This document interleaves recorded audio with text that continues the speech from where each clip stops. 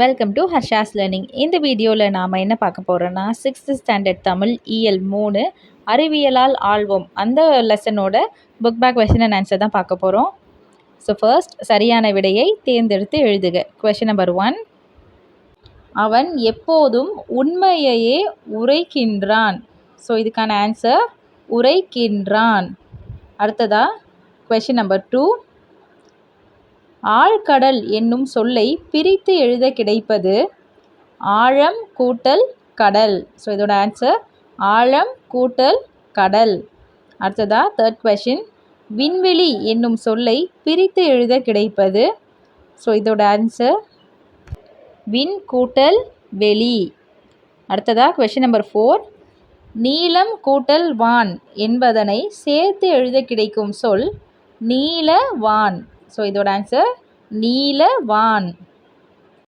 அடுத்ததா question number 5, இல்லாது கூட்டல் இயங்கும் என்பதனை சேர்த்து எழுத கிடைக்கும் சொல் இல்லாதியங்கும். அடுத்ததா நயம் அறிக. கொஷின் நம்பர் 1, பாடலில் இடம்பெற்றுள்ள மோனை சொற்களை எழுதுக. ஸோ மோனை சொற்கள் அப்படின்னு நம்ம ஆல்ரெடி படிச்சிருக்கோம். மோனைனா ஃபர்ஸ்ட் லெட்டர் சேமாக இருக்கிறது. ஸோ இதோட ஆன்சர் கொடுத்துருக்காங்க. ஆழ்கடல் ஆய்வுகள், நீல நிலவில், எலும்பு எந்திர மனிதன், உறுப்பை உயிரும், அணுவை அகிலம், உலகம் உள்ளங்கை, செயற்கை செய்தி, நாளை நகரம், வேலை வின். ஸோ இதெல்லாம் ஃபர்ஸ்ட் லெட்டர் சேம் சீரியஸ் லெட்டர்ஸில் வந்திருக்கு இல்லையா. ஸோ இதுதான் மோனை சொற்கள். செகண்ட் கொஷின், பாடலில் இடம்பெற்றுள்ள எதுகை சொற்களை எடுத்து எழுதுக. ஸோ எதுகை அப்படின்னா செகண்ட் லெட்டர் சேம் சீரீஸில் வர்றது எதுகை அப்படின்னு நம்ம சொல்லுவோம். ஸோ இதோட ஆன்சர் நீல நிலவில், உலகம் உள்ளங்கை, செயற்கை செய்தி இயற்கை. ஸோ இதெல்லாம் செகண்ட் லெட்டர் சேமாக வருது இல்லையா. ஸோ இதெல்லாம் எதுகை சொற்கள். அடுத்ததா தேர்ட் கொஷின், பாடலில் இடம்பெற்றுள்ள இயைபு சொற்களை எழுதுக. ஸோ இயைபு அப்படின்னா லாஸ்ட் லெட்டர் சேம் சவுண்ட்லேயோ இல்லை சேம் சீரீஸ்லேயோ வந்து நமக்கு வந்ததுன்னா அது வந்து இயைபு சொல்லுவோம். ஸோ இதோட ஆன்சர் கொடுத்துருக்காங்க. பார்க்கின்றான், வதிக்கின்றான், படைக்கின்றான், காக்கின்றான், இயக்குகிறான், அடக்குகிறான், சிறக்கின்றான், சொல்கின்றான், வாழ்ந்திடுவான், அமைத்திடுவான். ஸோ இதெல்லாம் ஒரே சீரீஸில் ஒரே சவுண்டில் வந்து முடியுது இல்லையா. ஸோ இதெல்லாம் தான் இயைபு சொற்கள். அடுத்ததா சிறுவினா. கொஷின் நம்பர் 1, செயற்கைக்கோள் எவற்றிற்கு எல்லாம் பயன்படுகிறது. ஸோ நம்ம பாடலில் பார்த்த மாதிரி செயற்கைக்கோள் அப்படின்னா என்னென்னா சேட்டிலைட்டு, அப்படி ராக்கெட் அதெல்லாம் சொல்லுவோம்ல, விண்வெளிக்கு அனுப்புறது செயற்கைக்கோள். அது வந்து எதுக்கெல்லாம் பயன்படுது அப்படின்னு கேட்டிருக்காங்க, எதுக்கெல்லாம் யூஸ் ஆகுது அப்படின்னு கேட்டிருக்காங்க. ஸோ அதோட ஆன்சர் பாயிண்ட் பை பாயிண்ட்டாக கொடுத்துருக்காங்க. வாங்க பார்க்கலாம். ஃபர்ஸ்ட் பாயிண்ட், செயற்கைக்கோள்களின் உதவியுடன் செய்தி தொடர்பு மிகவும் எளிமையடைந்து உள்ளது. விரைவில் செய்தியை அறிய முடிகிறது. ஸோ இந்த டெக்னாலஜி இதெல்லாம் வளர்ந்த அப்புறம் தான் நமக்கு வந்து நெட் இருக்கு இல்லையா. ஸோ இது மூலமாக தான் இன்ஃபர்மேஷன்ஸ் நமக்கு என்ன இன்ஃபர்மேஷன்னாலுமே நமக்கு வந்து சீக்கிரமாக கிடைக்கிது. இந்த செயற்கைக்கோள்கள்லாம் வந்து அப்புறம் தான் டெவலப் ஆன அப்புறம் தான் அப்படின்னு சொல்லியிருக்காங்க. செகண்ட் பாயிண்ட் வந்து இயற்கை வளங்களையும் புயல், மழை ஆகியவற்றையும் கண்டறிய முடிகிறது. ஸோ ஃபர்ஸ்ட் எல்லாம் வந்து புயல் வரப்போகுது, இப்போது அடுத்த மாதம் ஒரு புயல் வருது அப்படின்னா நமக்கு தெரியாது. ஆனால் இப்போ வந்து இருக்க சயின்ஸ் அண்ட் டெக்னாலஜியை வச்சு தான் இயற்கை வளங்கள் எங்கெங்கே என்னென்ன வளங்கள் இருக்குன்னு கண்டுபிடிக்க முடியுது.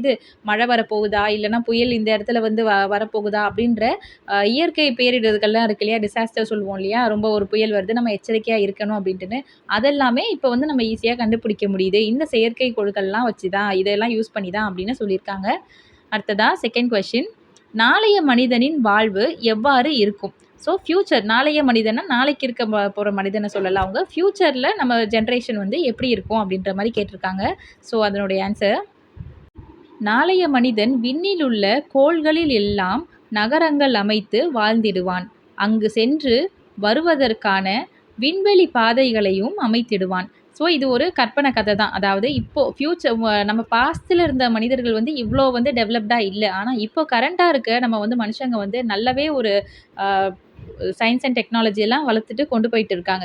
ஸோ இதே மாரி போச்சுன்னா, ஃப்யூச்சர்ல மனுஷங்க வந்து விண்வெளியில அதாவது வானத்தில ஸ்பேஸ்ல கூட அங்க இருக்கு இல்லையா கோள்கள், மத்த பிளானெட்டு அங்க எல்லாமே இப்போ பூமியில நம்ம வாழ்ந்துட்டு இருக்க மாரி நகரங்கள அமைப்பாங்களாம். சிட்டீஸு, வீடு அந்த மாதிரி நகரங்கள அமைச்சு, அங்க வந்து ஈஸியா போயிட்டு வர்றதுக்கு பாதைகள அமைச்சு கூட வாழலாம். அந்த மாதிரி இவ்ளோ டெவலப்டா ஆகும் ஃப்யூச்சர் ஜெனரேஷன் அப்படின்னு சொல்லியிருக்காங்க. அடுத்ததா சிந்தனை வினா குடுத்துருக்காங்க. கொஸ்டின் நம்பர் 1 எவற்றுக்கு புதிய கண்டுபிடிப்புகள் தேவை என்பது பற்றி சிந்தித்து எழுதுக. ஸோ எந்தெந்த ஃபீல்டுலலாம் புதிய கண்டுபிடிப்புகள் வந்து வேணும் அப்படின்றத நீங்க யோசிச்சு எழுதுங்க அப்படின்னு சொல்லியிருக்காங்க. ஸோ இதனுடைய ஆன்சர் வந்து மருத்துவம், மெடிக்கல் ஃபீல்டுல, விவசாயம் அப்படின்னா அக்ரிகல்ச்சர் ஃபீல்ட்ல இன்னுமே நமக்கு வந்து இன்வென்ஷன் தேவைப்படுது. கல்வி, ராணுவம்னா மிலிட்ரி, போக்குவரத்து நெரிசல் அப்படின்னா டிராஃபிக்ல வந்து ஏதாவது புதுசா கண்டுபிடிக்கலாம் அப்படின்னு சொல்லியிருக்காங்க. அதாவது இப்போ ரொம்ப டிராஃபிக்கா இருக்கு இல்லையா? ஸோ அதில வந்து புதுசா ஏதாவது மேம்பாலம் கட்டலாமா? பாலம் கட்டலாமா? அந்த மாதிரி புதிய இன்வென்ஷன் ஏதாவது பண்ணணும். அடுத்ததா மீட்பு பணிகள், ரெஸ்கியூக்கு இப்போ ஏதாவது ஒருத்தவங்க ஆபத்தில இருக்காங்க, புயல் வெள்ளத்தில ஆபத்து இருக்கு அப்படின்னா, மக்கள வந்து ஆபத்துலேருந்து காப்பாத்துறதுக்கு மீட்பு பணியில வந்து இன்னும் கொஞ்சம் புதிய கண்டுபிடிப்புகள் வேணும் அப்படின்னு சொல்லியிருக்காங்க. வனவிலங்குகள் நடமாட்டம் அறிய. ஸோ இப்போ வந்து காட்டுப்பகுதியிலலாம் ந வ வன விலங்குகள் வந்து நெறைய இருக்கும் இல்லையா? அது வந்து இப்போ வீட்டுக்குள்ள நம்ம நகர் பகுதிகளுக்கு வந்து வர ஆரம்பிச்சிருக்கு கொஞ்சம் கொஞ்சமா. ஸோ அது வந்து இந்த விலங்குகள்லாம் எப்படி எங்க வருது அப்படின்னு அதோட நடமாட்டத்த வந்து கண்காணிக்கிறதுக்கு நமக்கு வந்து இன்னும் கொஞ்சம் இன்வென்ஷன் தேவை அப்படின்னு சொல்லியிருக்காங்க. அடுத்ததா இயற்கை முறையில் மின்சார உற்பத்தி. ஸோ இப்போ வந்து கரண்ட் எலக்ட்ரிசிட்டி வந்து நெறைய இதில வந்து கண்டுபிடிச்சிருக்காங்க. காத்துலேருந்து விண்ட் பவர் அண்ட் தண்ணியிலேருந்து எடுக்குறாங்க. சன்லேருந்து சோலார் பவர். ஸோ அதே மாதிரி இன்னுமே வந்து நேச்சுரல் ரிசோர்ஸஸ்லேருந்து எலக்ட்ரிசிட்டி வந்து டிரைவ் பண்ணுறதுக்கு இன்னும் இன்வென்ஷன் தேவை அப்படின்னு சொல்லியிருக்காங்க. அடுத்ததா கட்டிட வேலைப்பாடுகளில் மனிதன் இல்லாமல் இயந்திரம். ஸோ கன்ஸ்ட்ரக்ஷனில் இப்போ ஃபுல் அண்ட் ஃபுல் வந்து நம்ம வந்து மனுஷங்க தான் ஈடுபட்டுட்டு இருக்காங்க. வீடு கட்டுறதா இருக்கட்டும், பில்டிங் கட்டுறதா இருக்கட்டும். அதுக்கு வந்து இன்னுமே வந்து அட்வான்ஸ்டா போயிட்டு நம்ம வந்து மெஷின்ஸ், ரொபாட்ஸ் வச்சு வந்து வீடு கட்டுற மாதிரி ஏதாவது இன்வென்ஷன் பண்ணலாம் அப்படின்னு சொல்லியிருக்காங்க. அடுத்ததா விண்வெளியில் மனிதன் வாழ விண்வெளி ஆய்வு. ஸோ இப்போ வந்து ரிசர்ச்சர்ஸ் என்ன பண்ணிட்டு இருக்காங்க, மார்ஸ்ல வீடு கட்ட முடியுமா? மார்ஸ்ல வந்து மனுஷங்க வாழ முடியுமா? அப்படின்லாம் கண்டுபிடிச்சிட்டு இருக்காங்கல்ல. ஸோ அதில வந்து இன்னும் இன்வென்ஷன்ஸ் தேவை அப்படின்னு சொல்லியிருக்காங்க. அடுத்ததா ஆழ்கடலில் மனிதன் செல்லாமல் ஆய்வு செய்ய வேண்டும். ஸோ உங்களுக்கு தெரியும் நம்ம உலகத்தில வந்து 3ல 1 பகுதி தான் மனுஷங்க வாழ்ற இடம் இருக்கு. மத்த எல்லாமே வந்து கடல் தான். இப்போ வந்து கடல்ல போயிட்டு ரிசர்ச் பண்ணணும் அப்படின்னா, நாம வந்து சப்மரைன் யூஸ் பண்ணி, நீர்மூழ்கி கப்பல் யூஸ் பண்ணி தான் கீழ மனுஷங்க போய் ரொம்ப ஆபத்தான நிலையில தான் ஆராய்ச்சி பண்ண வேண்டியிருக்கு. ஸோ இப்போ என்ன சொல்றாங்கன்னா, மனுஷங்க போகாம வெறும் மெஷின்ஸ் அண்ட் ரோபோட்ஸ வச்சு ஆழ்கடலுக்கு போய் ஆராய்ச்சி பண்ணணும் அப்படின்னு ஒரு இன்வென்ஷன் வேணும் அப்படின்னு சொல்லியிருக்காங்க. அடுத்ததா விண்ணில் உள்ள கோள்கள் ஆய்வு. ஸோ வந்து நமக்கு மொத்தம் தெரியும் சோலார் சிஸ்டமில் வந்து பிளானட்ஸ் எத்தனை இருக்குன்னு. ஸோ அந்த பிளானட்ஸை பற்றி எல்லாமே இன்னும் டீட்டெயிலாக நம்ம வந்து ஆராய்ச்சி பண்ணணும். ஸோ அதிலலாம் வந்து இன்னும் டெவலப்மெண்ட் தேவை அப்படின்ட்டுன்னு ஒரு 12 பாயிண்ட்ஸ் கொடுத்துருக்காங்க. அடுத்ததா கொஸ்டின் நம்பர் 2 இதுவரை எத்தனை கோள்கள் கண்டுபிடிக்கப்பட்டுள்ளன? அவை யாவை? கோள்கள் அப்படின்னா சோலார் சிஸ்டமில் பிளானட்ஸ் இருக்கு இல்லையா? ஸோ இது வரைக்கும் எத்தனை பிளானட்ஸ் கண்டுபிடிச்சிருக்காங்க நம்ம அப்படின்னு சொல்லி கேட்டிருக்காங்க. அது வந்து இது வரைக்கும் விண்வெளியில் அதாவது ஸ்பேஸில் வந்து 9 கோள்கள் இருக்குது அப்படின்னு கண்டுபிடிச்சிருக்காங்களாம். விண்ணில் இதுவரை கண்டுபிடிக்கப்பட்ட கோள்களின் எண்ணிக்கை 9. இதெல்லாம் ஆல்ரெடி உங்களுக்கு தெரிஞ்சது தான். சோலார் சிஸ்டமில் எத்தனை பிளானட்ஸ் இருக்குன்னு. மெர்க்குரி, வீனஸ், எர்த், மார்ஸ் அது படிச்சிருப்போம் இல்லையா? ஸோ அதுதான் தமிழில் கொடுத்துருக்காங்க பேர். செவ்வாய், புதன், வியாழன், வெள்ளி, சனி, பூமி, யுரேனஸ், நெப்டியூன் அண்ட் ப்ளூட்டோ. அடுத்ததா 3rd கொஸ்டின் இந்தியா அண்மையில் நிலவுக்கு அனுப்பிய செயற்கைக்கோளின் பெயர் என்ன? ஸோ நம்ம இந்தியா வந்து மற்ற கண்ட்ரீஸை வந்து கம்பேர் பண்ணும்போது ஸ்பேஸ் அண்ட் டெக்னாலஜியில் வந்து எப்போவுமே நம்ம வந்து ஒரு படி முன்னாடி தான் இருக்கோம். அந்த மாதிரி பார்த்தா நம்ம நிறையா ஒரு ஏவுகணையை வந்து அதாவது ராக்கெட்டு, சேட்டிலைட்ஸை வந்து நம்ம வந்து நிலவுக்கு அனுப்பிச்சிருக்கோம். அதே மாதிரி இப்போ ரீசெண்டாக என்ன கேட்குறாங்கன்னா, ரீசெண்டாக நம்ம வந்து இந்தியா வந்து நிலவுக்கு அனுப்பின செயற்கைக்கோளோட பேர் என்ன அப்படின்னு கேட்டிருக்காங்க.